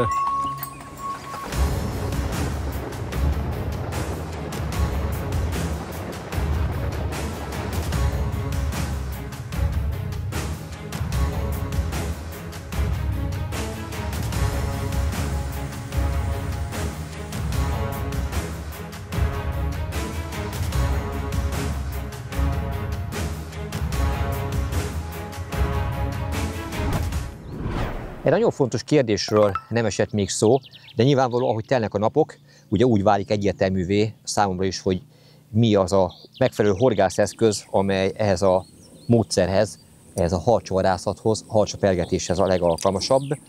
Most felsorakoztattuk azokat a horgászbotokat, amelyeket az elmúlt napokban használtunk, és mesteremhez fordulok, és kérdezem, hogy milyen feltételeknek kell megfelelni ezeknek a horgászeszközöknek, elsősorban a horgászbotoknak, hogy alkalmasak legyenek erre a célra. Elsősorban csónakos pergetésről beszélünk, tehát a csónakos pergetés megkönnyíti a szerelékünk választását, olyan értelemben, hogy egész éjszaka horgászunk egy bottal, ezt kézbe kell tartani, egész éjjel pontosan kell vele dobni, tehát a botnak első körben nagyon könnyűnek kell lenni. A botspiccről annyi kell tudni, hogy nagyon finom és lágynak kell lennie, ugyanis a harcsa rászív, úgy táplálkozik, a rászív, a botnak ezt le kell követni, ezt a szívást. A süllő, ugye mellé, mert csalinak rádurrant, a csuka, balint, stb. De a harcsa rászív. Ha egy kemény duronggal horgászunk, akkor ez a botspicc már nem engedi a csali azt a minimális mozgását, hogy a harcsa szájába kerüljön, tehát üres kapásaink lesznek. A botnyele. Várj egy pillanat, vagy nézzem meg, hogy ellenőrizzem, ezt föl se tűnt eddig. Hát figyelj, lágy is, meg nem is, tehát azt nem mondanám, hogy annyira taktus ennek a vége, az, amit ugye az emberek elgondolnak. Mindjárt elmondom, figyelj, csak hogy ha rajta van a csali, akkor már van egy picike, egy kis íve. Akkor igen, ezt tapasztalom, amikor tehát használom. Tehát azt, a nagy harcsa rá tud szívni, vagy kicsi is, azt pont tud engedni. Tehát ez a fajta látság, vagy keménység. Ott fogod, azért lefixálod, de ha csak nyom meg most a botspiccét. Tartsd meg feszesen? Aha, értem, amit mondasz. Igen. Tehát így kell elképzelni. Igen. Így már érthetem, amit mondasz. Igen. Jó, oké. És ráadásul a kezem is tud még annyit engedni, nagyon lazán fogom a botot, és úgy tekerem. És amikor a harcsa még rászív, akkor még ott is tudok egy picit engedni neki. Bár hát ugye, amit érzékeltem eddig, az egyértelmű volt, hogy a kapás az elhibázhatatlan. Tehát jött, igen. Nem tényleg az éles, rávágásszerű igen. kapás jön a harcsapergetés során, ami egy ilyen elnehezkedés. Talán ez a legjobb kifejezés, igen. ugye? És akkor indul meg a harcsa, amikor érzi a horgot, hogy megszúrom. Tehát amikor bekerül a szájába, automatikusan rárántult, berántunk, és onnantól kezdődik a harc. És akkor a harmadik nagyon fontos a gerincesség. Ha nagyon lágy puha bottal horgászunk, akkor nem tudjuk irányítani. Szerencsére csónakkal fölé tudunk állni, Dunáról beszélni, kevés akadó van, nem kell félni, hogy bemegy akár egy bedőlt fa mögé, vagy olyan része, ahol el tudjuk veszíteni a halat, és ezért én nagyon vékony zsinórokat használok, pont azért, hogy a csalinak a mozgását még jobban érezzem. A tegnapi harcsánkat, amit fogtunk, mindjárt mutatom, ez egy PE másfeles zsinór. Ez körülbelül 18-20-asnak felel meg. Tehát nagyon-nagyon vékony zsinór, és látható, mekkora harcsát ki lehetett vele fogni. Ez egy nagyon kis, gyenge, pici bot is, de egy bizonyos pont után a gerincességnek köszönhetően nagyon szépen a harcsa fölött lehet irányítani, és ugye előbb-utóbb elfárad. Tovább tart a fárasztást, ugye horgászatni pont ezt a részét, a kapást is, maga a fárasztást élvezzük. Ugye nyilván, amikor az ember a harcsapergetésről beszél, és ugye azért itt látható volt a korábbiakban, hogy azért kapitális méretű egyedekkel is összehozhat minket a jó sors, tehát ugye a tegnapi harcsa azért az már tényleg feltette a pontot az íre, bár még vár ránk egy éjszaka, és bármi megtörténhet, de az emberben egy olyan képzet alakult, hogy folyóvíz, maradjunk csak a tegnapi harcsánál 70 kg-os harcsa, az egy lényegesen keményebb, erősebb, vaskosabb bot kell. És ugye én magam láttam fárasztás közben, hogy tényleg ez a kisújnál lényegesen vékonyabb gerincű bot, tehát ugye nem az, hogy karikába görbült, kellőképpen meggörbült, de még mindig terhelhető volt, és tudtad a halat ugye szükség szerint tényleg úgy irányítani, hogy te uraltad őt, nem pedig ő téged. Tehát ugye tényleg a botgyártás technológia itt tart már. Milyen márkájú bot ez egyébként? Ez egy gavas benzára bot, egy tengeri dzsiges horgászathoz kifejlesztett pálca. Miért a tengeri botok közül választottatok? Miért nem egy hagyományos pergető vagy harcsapergető bot lett a kiválasztott? A gerincessége miatt, illetve az átalakíthatóság miatt választottuk ezt a botot. Ez se így néz ki gyárilag. Ez körülbelül 15-20 cm hosszabb nyílen rendelkezett. Ez alkarhoz képest lett megfelelő módon levágva. És amiatt, hogy az alsó dobásokat megkönnyítve ki tudjuk dobni a csalit, mert nem felül dobunk, hanem mindig alul pacsantjuk a csalit. Ezáltal a hosszú nyíl az akadályoz. Persze fárasztáskor jól jön, de mikor egy évben 2-3 ilyen nagy harcsánk van, szerintem ezzel is meg tudjuk oldani a kitámasztás nélküli fárasztást. Én az elmúlt napokban ezzel a felirat nélküli, vagy legalábbis nem találtam meg a márkajelzését, ez egy egyedileg a te igényeid alapján elkészített horgászbot, ugye? Így van, így van. Ugye nem titok, többször beszélgettünk erről, hogy ehhez a horgászmódszerhez tényleg egyedi kialakítású botokra van szükség. Az előbb elmondtad a fontos nyílhozt, ugye ez is látszik, hogy rövid, tényleg nagyon kényelmes egyébként a horgászat során. Nagyon kényelmes a markolata, nagyon könnyű és kézre álló itt fogni. Nem vágja szét az ósó rögzítő csavaros menetes része az embernek a kezét, mert nem ott kell markolni. És hát folytasd, mit kell még ennek a botnak tudni? Miért építetted meg így ebben a formában? Hát a gyűrűsorra kezdeni, itt megint a legkönnyebb, piacon felelhető legkönnyebb gyűrűsorra építettem meg. Megint azért mondom, hogy akár 8-9 órát is dobok egy éjszaka, óriási dobásszámmal, és ha nehezebb botom lenne, már nem tudnám ezt a dobásszámot produkálni. A legjobb példa erre pont a tegnap este, ugye amikor már sokadjára mondom, hogy hajnali 3 óra környékén az embernek már az élethez sem volt kedve, annyira fáradtak voltunk, és igen, akkor is még toppon kell lenni, akkor is még megfelelő módon kell eldobni a műcsalit, és mennyire jól tetted. Ugye pont ez a 10 g, amit megspórolsz, annyival könnyebben tudod a botot kezelni, és az utolsó pillanatokig kitart, és ez meghálálja a horgászatban, mert hát ugye tudsz koncentrálni, nem fáradsz el a bot kezelése során.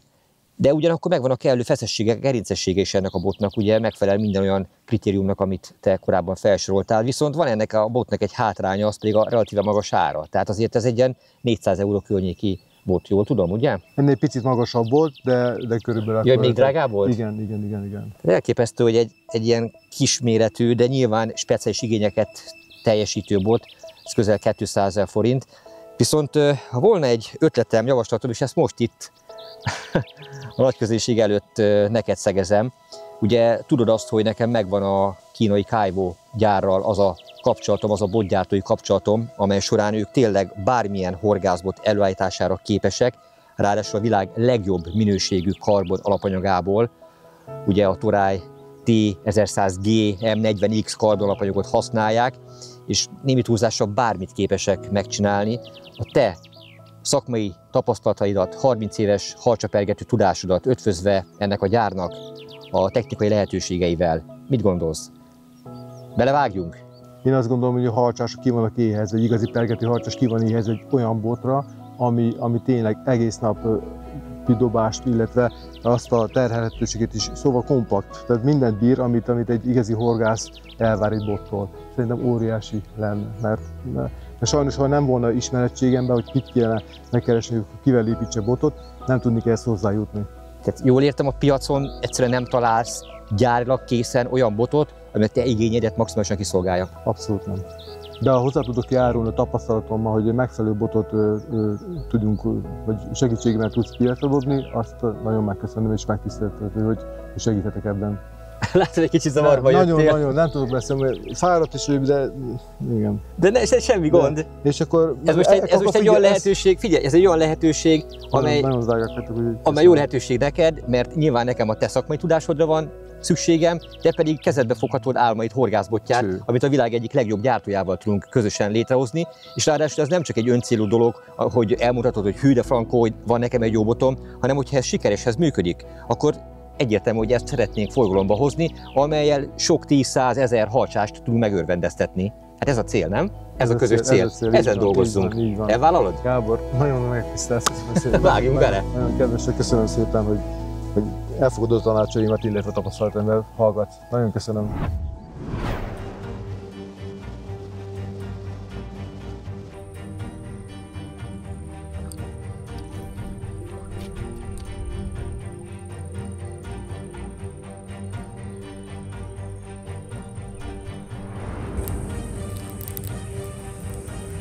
Most mentettelek meg titeket a Dunából, belebútorok esve, de már egymást szorongatjátok.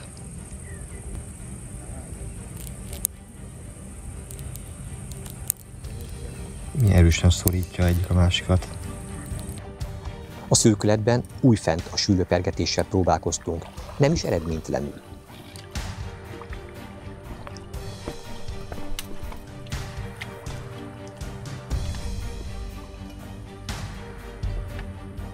Laci nagyon gyorsan akasztott egy igazán szép süllőt, szinte közvetlenül a csónak alatt.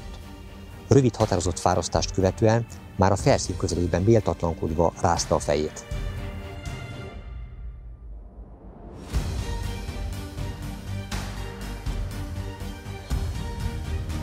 Szerencsére a wobbler horgai jól akadtak, így nem tudott attól megszabadulni.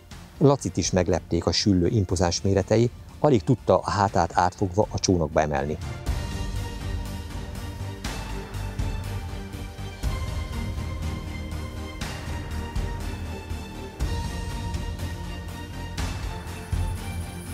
Laci javasolt, hogy próbáljuk meg még a sötételés beállt előtt egy általán jól ismert kövezésen wobblerrel a süllőhorgászatot. Laci megmutatta, hogy működik ez. Szerencsém volt, igen. Igen, hát ez szokás szerint szerencsénk volt. Gábor, te meghoztad a szerencsémet, köszönöm. Te pedig megfogtad ezt a szép süllőt. Ez a nagyon szép mutatós hal.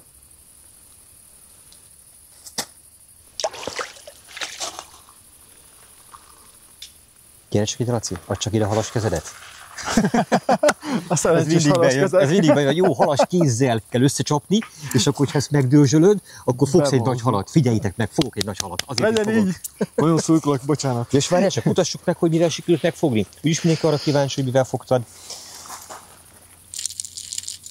Egy elég erősen csörgős wobbler ez. Elég zajos, így van. Mi a neve, tudod? Azt hiszem pontom 21, nem vagyok benne biztos, hogy... Igen, ponton 21, Agaron 95 SF /SR.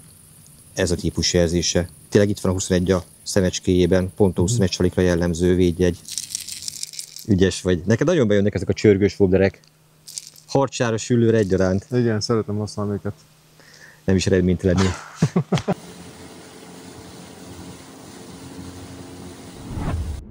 Tegnap este hiába szorongattam a halas kezedet, mert ugye az eddig mindig bejött, amikor a egymás kezét megfogva halas kézzel összecsaptunk. Érdekes módon a tegnap, ugye azóta közösen eltöltött negyedik éjszakánk, akkor nem jött egyetlen egy harcsa sem. hát ez is jelzi azt, hogy amikor az ember már azt gondolja, hogy megvan a tuti, amikor már mindent tudunk, akkor az újabb kihozanított pofon, hogy lám, a lehető legnagyobb alázattal kell mindig a folyó felé fordulni, és ugyanolyan aktivitással és lelkesedéssel kell csinálni, mint az első nap, hogyha nem vagy elég elszánt, nem vagy elég lelkes, nem vagy elég kitartó, akkor beírhatod a nullát. Igen. És becsülettel végigdobtuk az éjszakát, napfelkeltekor jöttünk be, tényleg minden csalit, minden helyet, a sekély vizet, a mély vizet próbáltuk, de nem rajtunk múlt. Ennek ellenére azt gondolom, hogy okunk nem lehet panaszra, szürkületi időszakban fogtál egy gyönyörű szép süllőt, illetve az előző éjszakákon, amiket közösen megéltünk, hát ez több, mint amit valaha gondoltam volna ezzel a módszerrel elérni, szóval csak tényleg én is keresem a szavakat, mert annyira meghökkentő ennek az eredményessége, annyira effektív, és annyira sok új élmény és impulzus ért, hogy azt gondolom, hogy sokáig fogunk még erről beszélgetni. Igen, szerintem aki egyszer kipróbálja és tapasztalja, hogy a Dunában micsoda hal, fauna él, mekkora nagyságban, és ez meg is fogható, csak azon még mindenki vigyázzon a halakra. Ez egy nagyon fontos gondolat, és abba is gondoljunk bele, hogy ezen a túrán hány fajta halat fogtunk? Fogtunk balint, fogtunk jászkeszeget, fogtunk domolykót, fogtunk süllőt és harcsát. Tehát, úgy, hogy harcsa volt a cél. Igen. És töltelékként ezt még plusz még belevettük. Igen, tehát ez is jelzi, hogy mennyire szép és változatos a dunai halfauna.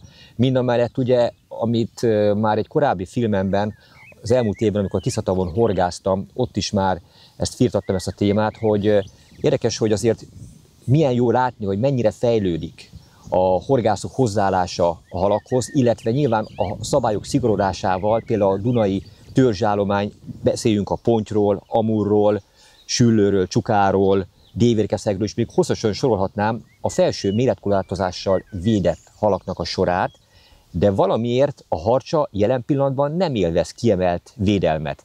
Mindemellett a legértékesebb halunk gazdasági szempontból, és nyugodtan mondhatom azt is, hogy talán a legvágyottabb halunk, hiszen ki ne szeretne egy 2 méter feletti óriás harcsát fogni. Igen. Te is mesélted, hogy éveken keresztül jártál ki a Póra, ott horgáztál, mert csak ott volt esély óriás harcsát fogni. Most ezekkel a szigorú halvédelmi szabályokkal, amelyek ugye a Dunában lévő halakat is védik, eljutottunk arra a szintre, hogy pontyból már könnyedén, idézőbe téve, nyilván meg kellene dolgozni, de könnyedén fogható, mert van rá esély 20 kg felettit. Nem sorolom fel az összes többi halat, de pont a harcsát nem védjük. Én azt gondolom, és mindenképpen a nézők felé fordulok, és érdekelne a ti véleményetek is erről, hogy el kellene indítani azt a folyamatot, amelyben elsőként a 2 méter feletti harcsákat kötelező jelleggel vissza kellene engedni. És szerintem egyébként az optimális méret, ameddig el kellene jutni, az a 150 cm, ami felett szerintem nem lenne szabad elvinni a halakat, mert egy ilyen harcsa, hogy megélje ezt a méretet, megélje azt a hihetetlen testtömeget, amit megtapasztaltunk a te harcsádnál is, hát ahhoz nem 3 év kell, hát ezek a halak az én satszom szerint minimum 15-20 évesek. Hát egy 2 méter feletti harcs az legalább 20 éves. Ugye? Legalább 20 éves, optimális körülmények közepette, amikor tud zabálni. Na most, ha azt kivesszük, akkor 20 évente lesz egy ilyen hal, ami álomhalnak minősül. Arról nem is beszélve, hogy ha ezek a halak itt maradnak a Dunában, ha ezekre a halakra lehet horgásznunk, akkor miért kellene nekünk külföldre menni? Illetve, hogyha ide jönnek azok a külföldi horgászok, akik milliókat költenek el a horgászatra, az mondjuk például ennek a községnek a jobb hasznára is válna, a jobb életet és jó néhány embernek megélhetést biztosíthatna. Tehát csak ezek lehetnek egyébként a kitörési pontok, amely jó a harcsának, hiszen a vízben marad, és jó a Duna mellett élő embereknek, hiszen olyan megélhetést és biztos bevételt nyújthat, ami eddig külföldön lett elköltve. Írjátok le kommentekben, hogy ti mit gondoltok erről, és ti hol húznátok meg a harcsa maximális méretét, hát ha ebbe is előrébb tudunk közösen lépni. Szerintem beszéljünk az alsó méretről is, ami most jelenleg nagyon-nagyon picike. Tehát most egy 2 kilós harcsát valaki hazavisz, de körülbelül akkor egy 60 centis harcsa, 2-3 kiló. Azt az ember hazaviszi, fogtam egy harcsát, 60 centi jól hangzik. De gasztronómiai értéke szerintem egy ekkora harcsák nem igazán van. Levágunk egy 60 centis harcsát, Mit gondolsz? Mit gondolsz? Honnan induljon? Én minimum 80 centire határoznám meg. Én azt mondom, hogy 1 méter fölött kezdődik a harcsa, alatt a kis harcsácska, egy kis ivadék.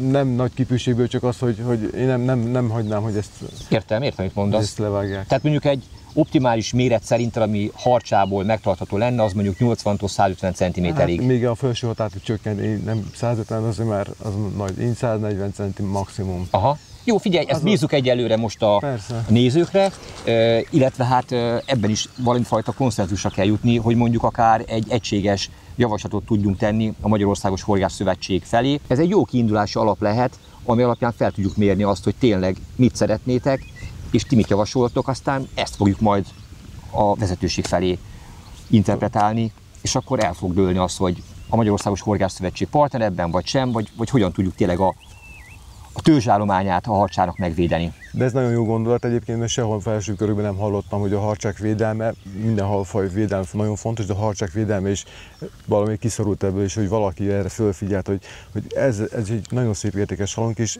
védjük, óvjuk őket. Ez nem kérdés, nem kérdés. Szerintem ez lehet a záró gondolat. Remélem tetszett mindaz, amit itt láttatok. Újfent önmagam ismétlem, írjátok le kommentben, amit erről a témáról gondoltok. Nem maradt más hátra, mint elbúcsúzni. Nagyon szépen köszönöm, Laci. Köszönöm szépen a lehetőséget, hogy itt voltatok velem, és megmutattuk a nézőknek, hogy mennyi szép hal van Dunnában, és vigyázzunk rá. Nem kérdés. Folytatása következik. Legyen így, köszönöm szépen.